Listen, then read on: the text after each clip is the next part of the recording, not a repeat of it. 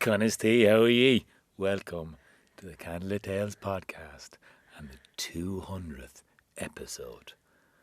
Yay! My name is Aaron and I'm sitting down recording this podcast once again with my sister. And my name is Erica, and I'm sitting down with my brother, who you already know him. He talked already. Just introduce myself.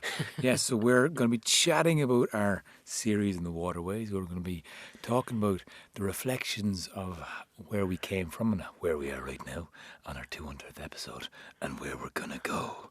We got some exciting stuff happening. I actually. know, we do, There's we been do. some fun stuff because there's been some stuff has been brewing for a bit. But actually, we are in the studio where we now record, which is in the Ballyfermot Library, Indeed. which is a fantastic service. Not quite a shaffice, but it's still a bit of a vibe of a shaffice. You know, it does look like a shed. I mean, I turn any space that I walk into into one Immediately. of my weird bat caves Weird within bat about cave. 5 minutes. Yeah. Of just like, it's just all you have to do is make sure that every level surface is covered in stuff. Stuff everywhere, yeah. Just stuff everywhere. And you do the exact same thing. I'm unfortunately in process of moving house and I'm trying to whittle Ouch. down the things I need from the things I use and things I have. But you see, sometimes then you find things that you have that I you're like, don't- oh, I forgot I have this and this is awesome and I love it. Yeah, With my yeah. whole being. Yeah, I hide things that are very useful to my existence on myself all of the time. So that you don't lose them and they're safe. Then I find them and go, oh, I didn't know I had this. Amazing. Great, amazing. Who I knew? got so much shit from my friends who helped me move because I moved famously to a flat in the same house a couple of years You ago. moved a landing. Moved from the top. I moved from the top of the house to the bottom of the house, and acquired a shoffice in the process. It was great. But I got so much shit from my friends who helped me move about all of the stuff that I had accumulated that I didn't want to get rid of. And that's really what this episode is about, you know, is taking in... The stuff that we've accumulated over the years. Because we've been in Candlelit Tales for like 8 years it's now. the perception of the mundane into the magical, I suppose. Oh, okay, that's You see? nicer. I Yeah. thought you were just going to talk about like we've accumulated 200 episodes somehow. Somehow we... Holy God. Someone told us how to record our voices and we haven't shut up. Thanks, Oisin. Thank you, Shane. I mean, it is kind of... It's bizarre that we've actually accumulated 200 episodes. It's bonkers. And we've Yeah. been, you know, we just reached 5,000 or what you call it? Instagram. Followers and just a little... I you would know, like if wow. we reached 5,000 Patreon supporters. That'd be great. That'd be lads, great. On Instagram, come on. So if you fuck. do want to throw us €1 there, lads, it'd be great. If you like the content, of course. And in terms of content, we're on mythical places, and you've been doing Waterways. You've done an awful lot of research on Waterways. It's come to my attention that my form of research is worse than yours, I think. I don't think it's worse. I think your form of research is actually incredibly useful because your form of research is to read 3 sentences and then design a poster Or several, as the case may be. and then send 10 emails Right. and then read 3 more sentences and then go and do something. Like, you procrastinate in very useful ways. Yeah, no, it's Which true. is great, actually, because it's a lot of the time it's the stuff that would make me break out in hives and want to die It's true. and just not do, to be honest. And it's kind of bonkers looking back at. So, okay, there's a few tie-ins, a few reasons. There's a couple of tie-ins. There's a couple few to the last episode in particular, which is the voyage of Bran, Yes. because sometimes people ask us how Candlelit Tales got started, and the origin of Candlelit Tales is that we started telling stories in the Stag's Head 8 years ago. Sure. In November, but we had actually already done a creative project. Was it that summer? It Or was. it was It that. was- it Yeah, was it was that that summer. It was that summer because I had just finished working with Barnstorm Theatre Company with The Ice Child, kind of a reimagining of the Changeling myth. And I was down in Waterford, and then I found out about, I think there was some submission or something to be in the Phoenix Park Arts Festival, and there was some other arts festivals, and I was just like, let's do. It'd be so easy to create a theatre show off one of these myths. Yeah. And voyaging into the other world, and I think you came up with the Voyage of Bran, or how we I remember walking around Kilkenny Castle on the phone to you and having that discussion and hearing for the first time the story of the Voyage Bran, and this idea of going off to the other world, it being reminiscent of the Oisin, the kind of the parallels that of the story that is so well known. And this was before I did any real learning into the. You'd done a little bit, because at that point you were doing the tour guiding stuff and you were doing the walking tours. Yeah, and yeah, so you yeah, were yeah. like finishing those with a story. I suppose, yes, yeah. I suppose it was before I got serious about it anyway, or kind of focused. Yes, on you were not taking it seriously. Still don't. I remember you ringing me up going, what was the name of your man again? I said this name the last time, and me going, I'm going to murder you. No, that I'm never going happened. to kill you. That, if you're listening and you're from America and you were ever on one of my tours, everything I said was true. Okay? Yeah, you got him on the day that he got it right. Yeah. You got him on the day after he got off the phone with me and I fucking corrected him. Absolutely. Which actually worth shouting out to all of our American listeners who now are more than our Irish and European and rest of our globe listeners. There's an awful lot of you lads. There is fair play. I don't know if you know that. Fair play to you, there's an awful lot of you. But yeah, just a bit of a shout out. Yeah. So thanks for listening. Hello, guys. thanks for listening. And Tell all your many friends, because there's a lot of you. I suppose the tie-in for the Voyage of Bran into this Waterways series was initially strenuous. There was a couple of reasons that were practical that brought me to it. Yep. You didn't have to learn a new story. I didn't have to. I had just told it for the Lore and Legends podcast, House Legends. Sorry. House of Legends podcast. Daniel. We have now started calling all of the podcasts we've ever collaborated with Lore and Legends. Hi, Rick. Oh God. Because we have collaborated with Lore and Legends, but we've also collaborated with House of Legends and several House others. of Legends. Many of whom are still waiting on stories from us because we've had them on our podcast and then forgotten to do any follow up. And by the way, if you're a fan of any other mythological folklore podcasts and you would like us to do a collaboration, let us know who that is, because we're getting invitations to be on other podcasts and we're trying to figure out timelines to do other interviews and stuff. So it's just it's always lovely to kind of be in that collective and that culture of passing on shared interests and Yes. exploring stories with others. It's good to chat with other myth nerds. We like that. We do like that. Makes us feel special and part of something. But I suppose Mag Mel, the Plain of Honey, Yes. is the waterway that I was playing with. Which is this. what? Explain to people what is Magmel. So Magmel is the path to the other world. It's when you see the sun shining down on the sea and there's a stream of light that looks like a beautiful pathway. And it's this shimmering, mystical, beautiful invitation to just go for a swim and, keep going maybe. Walk along the And sticky never path of end. honey and into the sun. Yeah. And so it's just this beautiful, like whenever you see it, especially on the West Coast, I don't know why, but it's just like this gorgeous. The West Coast looks like it's made of magic. Yeah. It just does. And it's like, I was talking about this recently about like how beautiful Ireland is and how blah, blah, blah, blah. And I think you can go to other parts of the world. And I just came back from a beautiful trip, bigger mountains, more amazing rivers, just crazy, beautiful, everything. And there's a quaintness and there's a kind of I'm not quite so sure what it is, but there's a ruggedness and an almost immediate both tragedy and harmony with beauty and what else?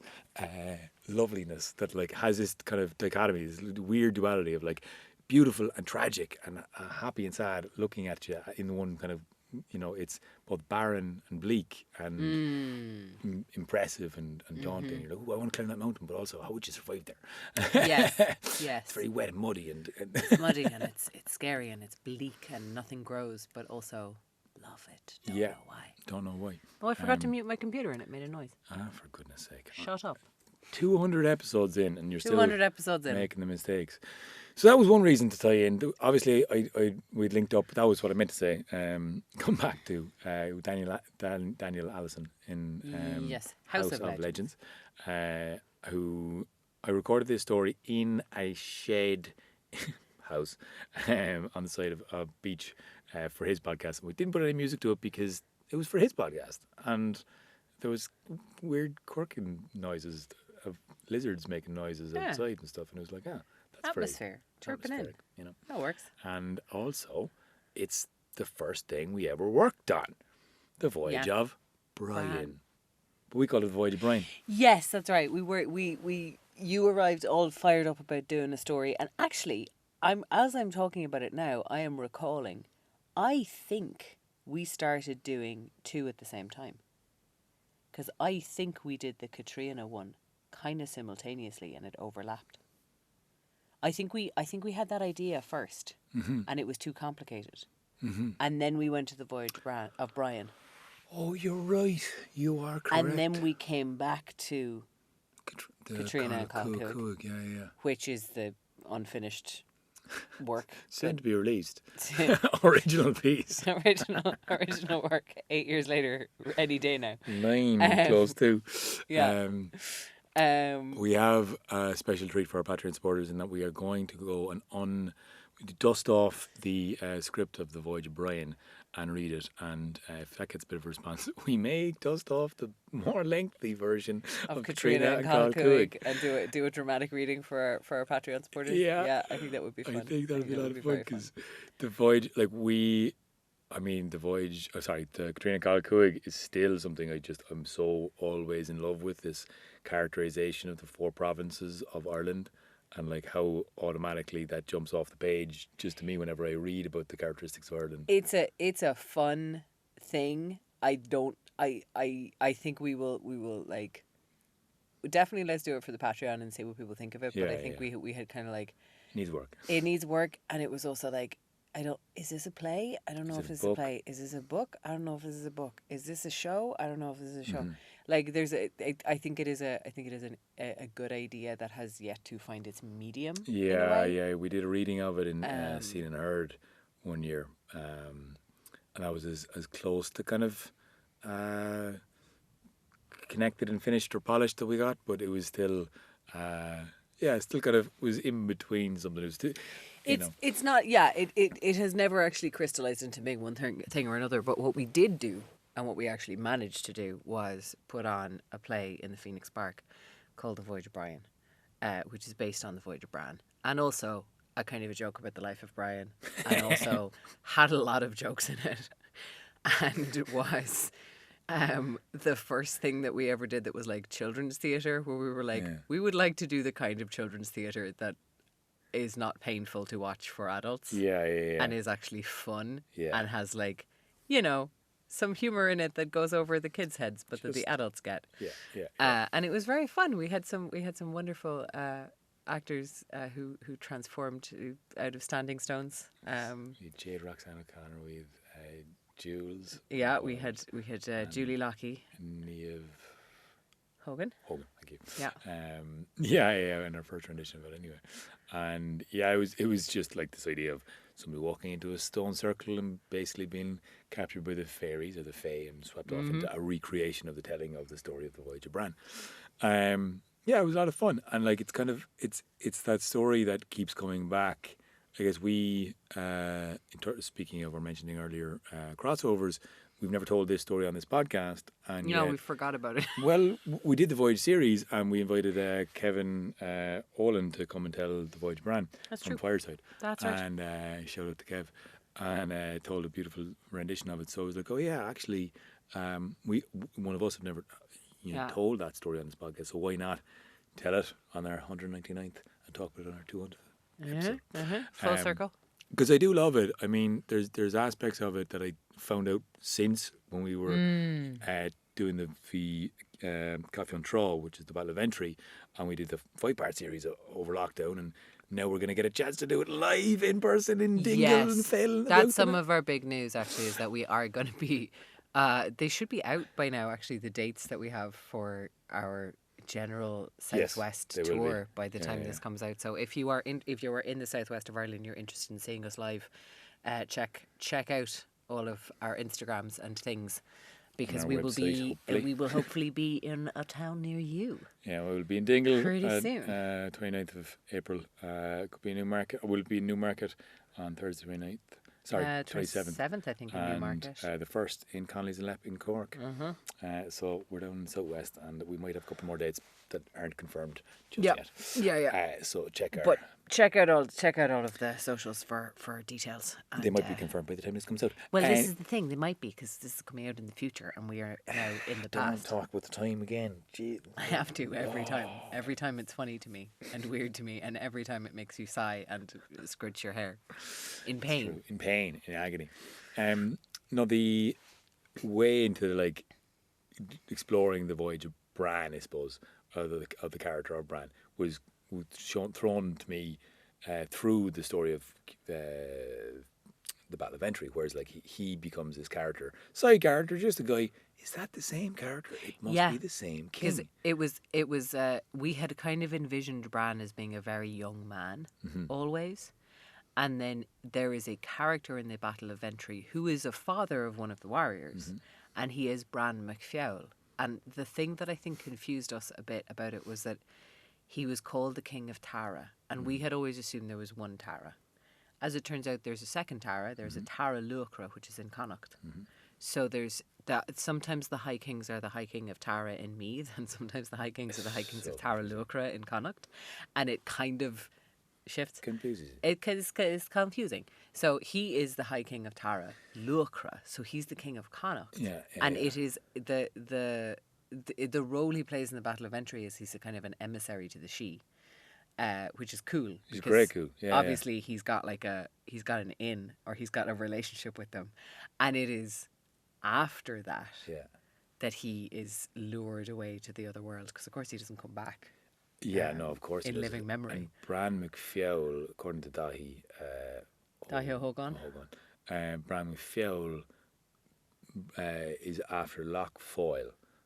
The lake Loch Foyle, but not necessarily connected to the location, but the name has the origins with the etymology is the same. Yeah. Thank you. So that was a random bit of information. Yeah, no, interesting stuff. We as you may have heard, we recently got a book by Dahi O'Hogan that Aaron has been reading. It's amazing how little amounts of information that I read actually stick though. I'm like, damn it. I mean, listen, Dahi's book is fantastic, and there's loads in it, and I think that stuff about some of the stuff that we had talked about originally, and we included it in the play as well, was the whole thing of the Silver Branch, and that was a big thing for Sandy Dunlop as well, who is still running the Bard Summer School that Dahi was a part of when he was alive out on Clare Island, and they're very online these days. Actually, they do some great stuff. They do some wonderful stuff. So, but that was kind of that was a really important story that I heard a lot through the Bard, and this idea of seeing the world differently. Like Sandy used to have a thing about the God of, the Christian God came down with thunder and lightning and tablets of stone, whereas the Irish God was like, here's a way of seeing the world that's different. Goodbye.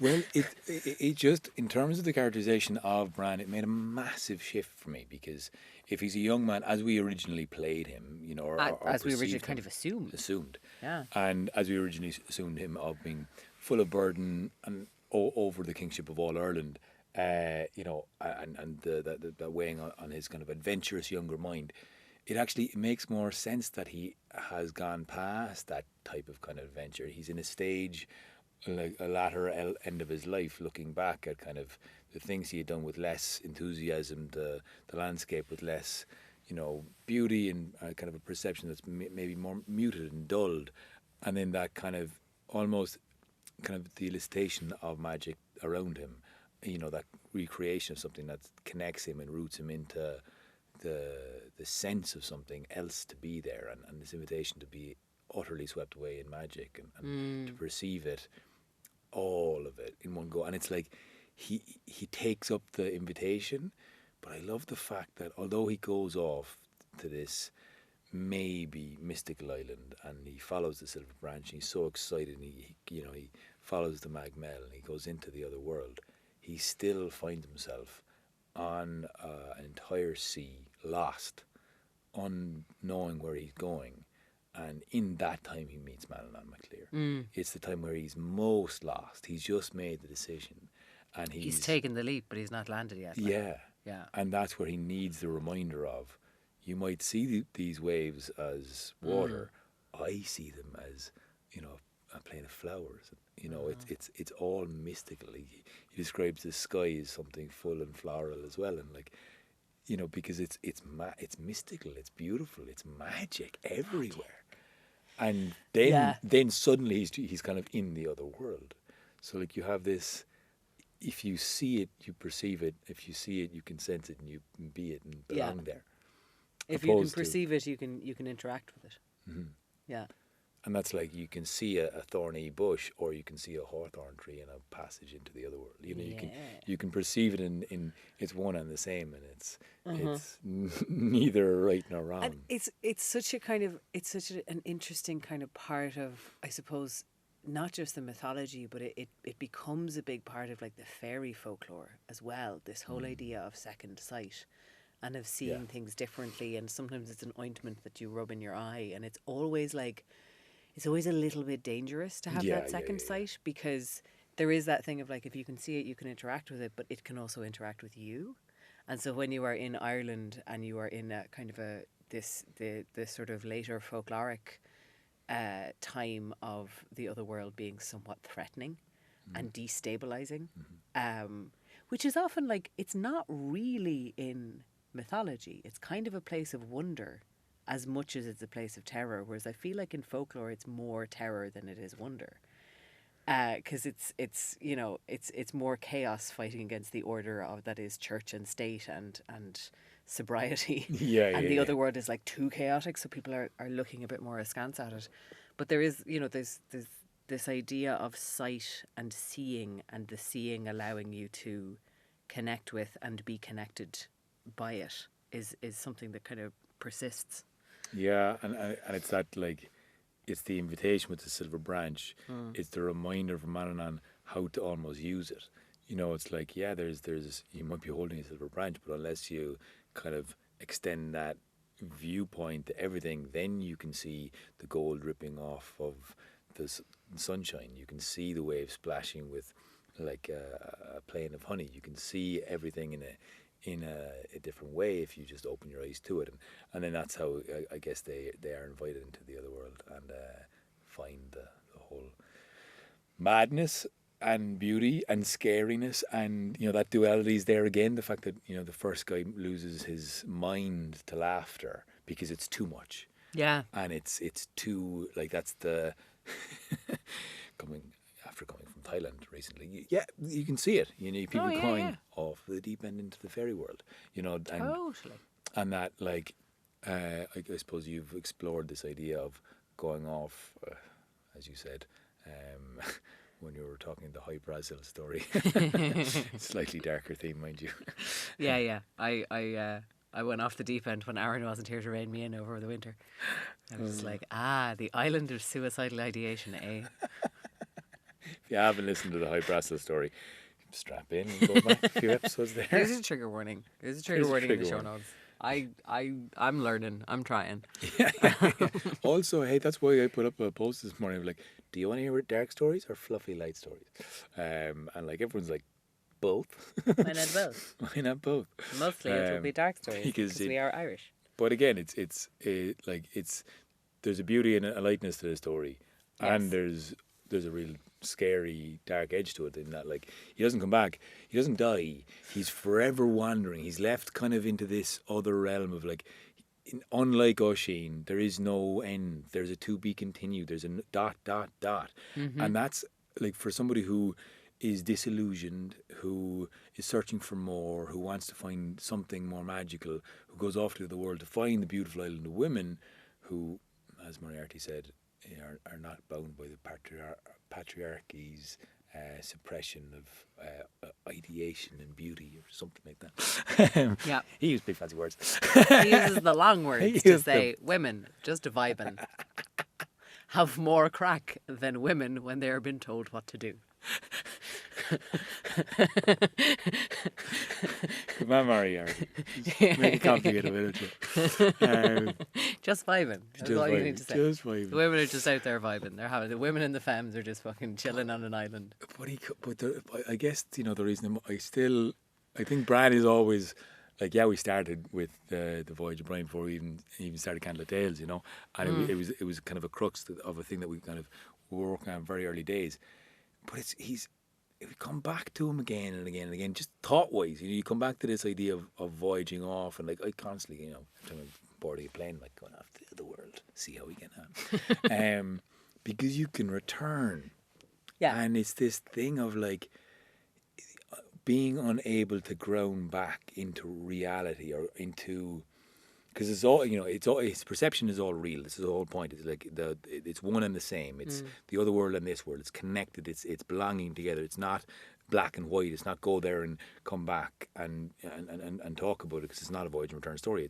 It's he doesn't get to return. He doesn't get to return. But it's an interesting thing that you're saying as well about like going away from where you are home, because Ireland is the other world to other people. Yeah. Like, this is the place of mysticism and escape to other people, because whatever your kind of quote unquote reality or whatever your normal is, absolutely, you can step outside that to go traveling, and there's an element of that feels kind of surreal, and then you will come back to whatever your normal is, and you will hopefully kind of reintegrate those experiences into your life going forward. Like, that's kind of the ideal version of it, is that you take something back with you. You don't just kind of go and take photos and come back and forget about it, like stick a souvenir on the shelf and move on with your day and never actually do any reflection. But like, there is an opportunity when you are going abroad to experience other cultures, to experience other people. And I think a lot of the time as well, to experience the rootlessness of being a wanderer. Because what often happens when I'm traveling, a lot of the time what happens is I end up like talking to other travelers. More than I kind of am interacting with people who local, often because there's a language barrier, or just because like, you're staying in places with people. Like, you kind of, so you end up experiencing like a sort of a different culture again, which is the culture of the person who isn't from there. Nomadic kind of communities, and that's what you end up kind of sliding into, is because it's catered for that. And like, you talk to anybody who comes to Ireland, you're almost catered to as a tourist, land of a thousand welcomes. Absolutely. Sure, 100%, but also follow this road, this map, follow our waterways if you want to go to, but there's a curated kind of a there's way a curated to experience. Absolutely. And I think what I hope I will have gotten into this story by the time you've listened to it / I've recorded it. Sorry, I did the time. Just happening in the future and in the past. Oh no! Why did I do that to myself? Well, what I hope I have is what I've been kind of playing with or tumbling around with is that decision. It's out of his hands, but to commit to the eternal wandering and seeking with his self and only with himself. Because he's not going back to the island of women necessarily at the end. What we know is he can't go back home.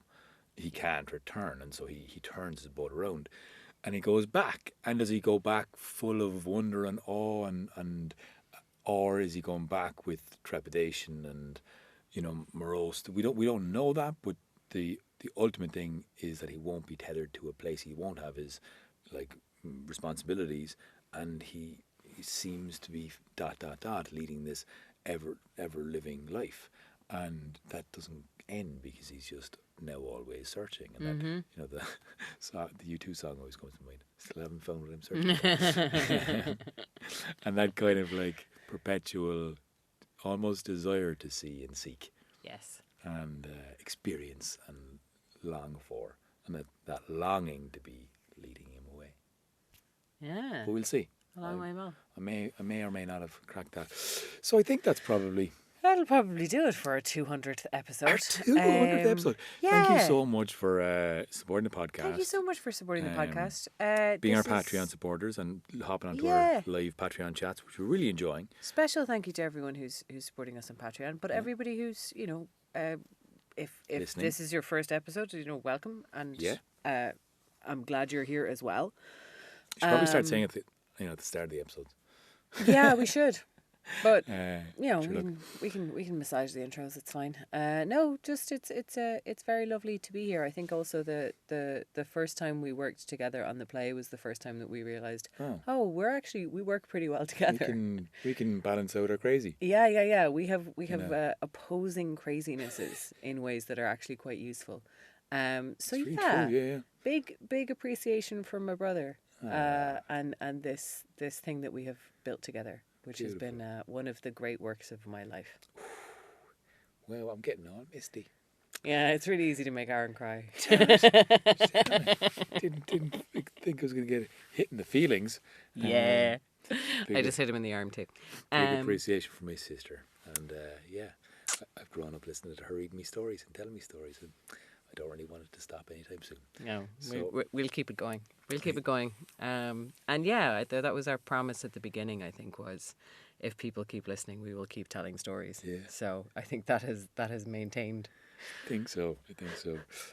We probably have more news and stuff to talk about that I've completely forgotten and blanked on. So check us out on all of the things. And, if you like the podcast, follow it or thumbs it up or just pass it on to a friend.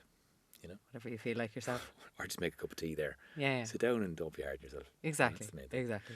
All right. Thanks. All right, Cromore.